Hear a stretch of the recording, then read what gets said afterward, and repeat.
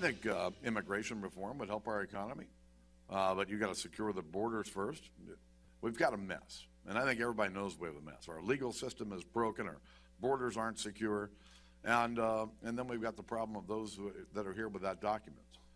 It needs to be fixed. We're a nation of immigrants. The sooner we do it, the better off the country would be. There is perhaps no one issue that has galvanized and polarized America in recent years like immigration. What was once an American melting pot where people came from around the world to fit in and become a part of a nation, in some minds has turned into a place where people demand the nation fit to their needs, something the founding fathers would have chafed at and perhaps even called it un-American. The immigration battle and what President Barack Obama has in mind for America with regard to any reform or reshaping of the country is only one part of the new book, Power Grab, Obama's Dangerous Plan for a One-Party Nation. The author is one of the most prominent political consultants of our time with 10 New York Times bestsellers to his credit, as well as a Newsmax contributor along the network. It is a pleasure once again to welcome in Dick Morris. Dick, thanks so much for joining us again. Hey, Ed, it's great to be here. And that's a co-author with my wife, Eileen McGann. Has there ever been, in your memory, a more chaotic route taken by a president to get what he wants than what this president has taken with regard to immigration?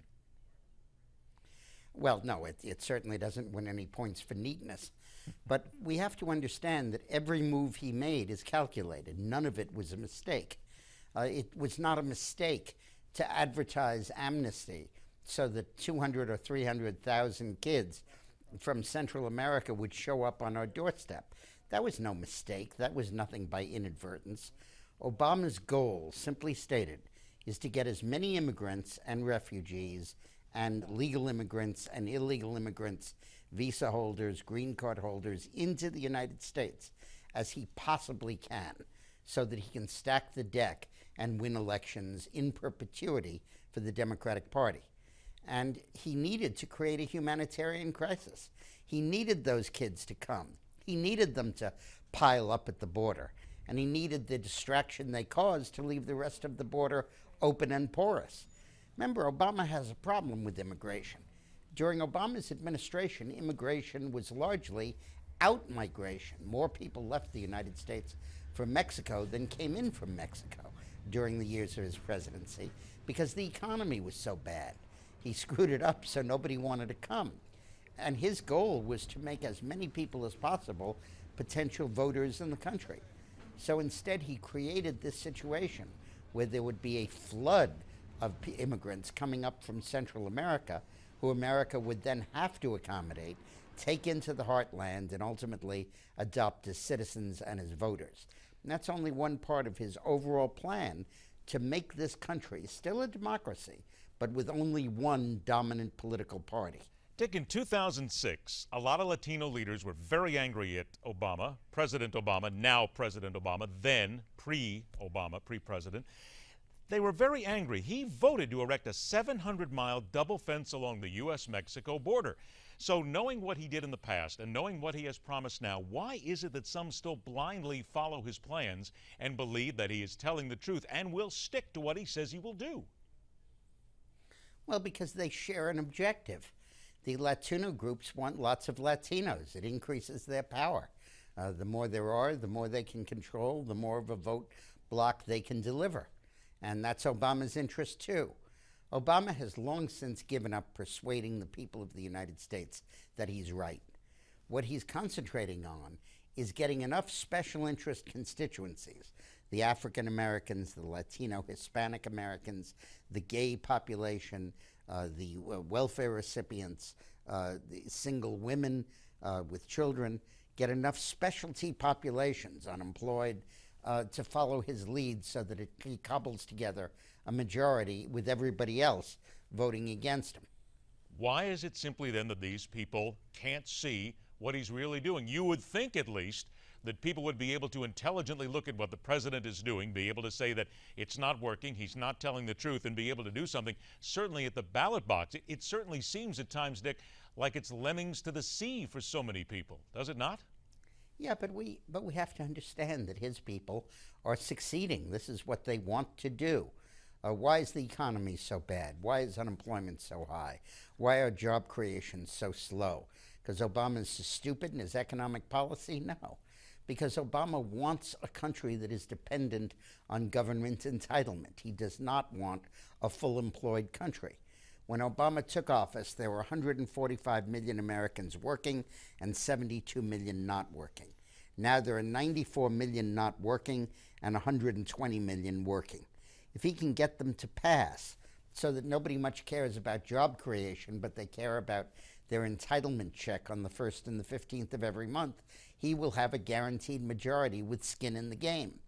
And what he's trying to do is to change our priorities so fundamentally and so basically, and change us as a country so much, leaving the current America behind and creating a new America staffed by the immigrants who he's bringing in and the voter fraud that he's committing, and no photo ID to catch any of it, and judges who will ratify his decisions because the confirmation process has been truncated. All of that is his effort to create a one-party country and that one-party nation out of the United States. To some, it would seem that new America that you mentioned is a weaker America, certainly on the world stage right now. There are very few major countries at this point that have a tremendous amount of respect for America. Why then would you why would the president, why would the people around him want to create that weaker America, though, on the world stage? That seems so odd and wrong. Because in the long run, the best way to assure the dominance of the lower income party, if you will, is to make it a global government. Because if you think middle class, hardworking, industrious, creative people are outvoted in the United States, look at the world. They're way outvoted. And his goal is to create more and more of a global government. And to do that, you need to reduce the power of the United States and make it just one of a number of nations that then fit into a cohesive whole. Look at Britain. If you still had the British Empire, sun never sets on the British Empire, ruling India and ruling places all over the globe, you couldn't fit it into Europe. It wouldn't go.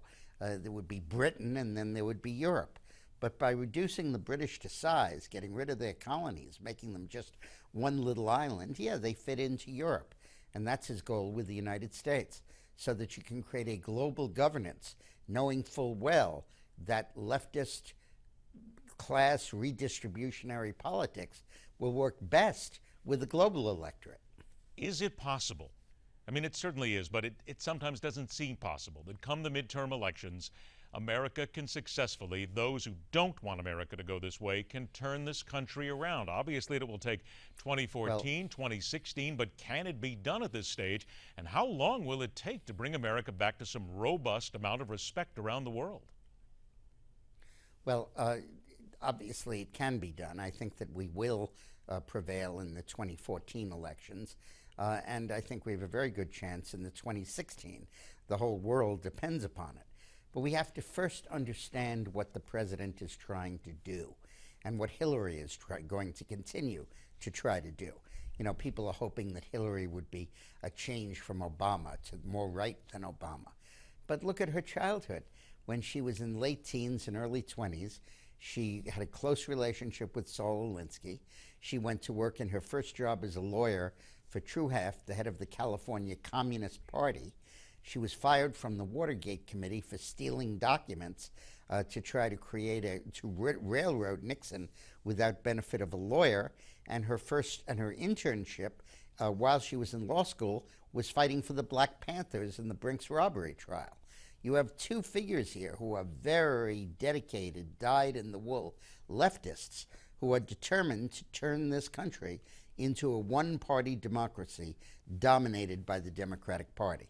And that's why we wrote this book. It's very important because everybody knows he's grabbing power, but nobody understands why. We have about 30 seconds left here. Is Hillary Clinton the next one to lead the Democratic Party? Well, she's doing everything she can to trigger a primary against herself with all of her hawkish statements and her flaunting her wealth and all of that stuff. So I still would not rule out the possibility that there will be a left-wing challenge to Hillary, probably in the form of a very weak candidate who does unexpectedly well and lays the basis for a stronger candidate like Elizabeth Warren. But at this point, you have to credit Hillary likely with winning the nomination. We have so far to go, Dick. We have so many more conversations to have because welcome to 2016. It'll be here before we know it. The book, once again, is Power Grab, Obama's Dangerous Plan for a One-Party Nation, now available by visiting powergrab411.com. A fascinating read for those who want to learn more about what happens in politics today. And in any bookstore. And in any bookstore. There you go. Dick Morris, it is always a pleasure, my friend. There Thanks still so much is for such a joining thing us. as bookstores there. There there's a few of them every now and then, and we want to make sure they get their copy right away. Don't wait. Go to the store and take a chance. Go to the website and get it right there. That'd be perfect. Dick, thanks so much for your time. Always a pleasure. Thank you. All right, the book.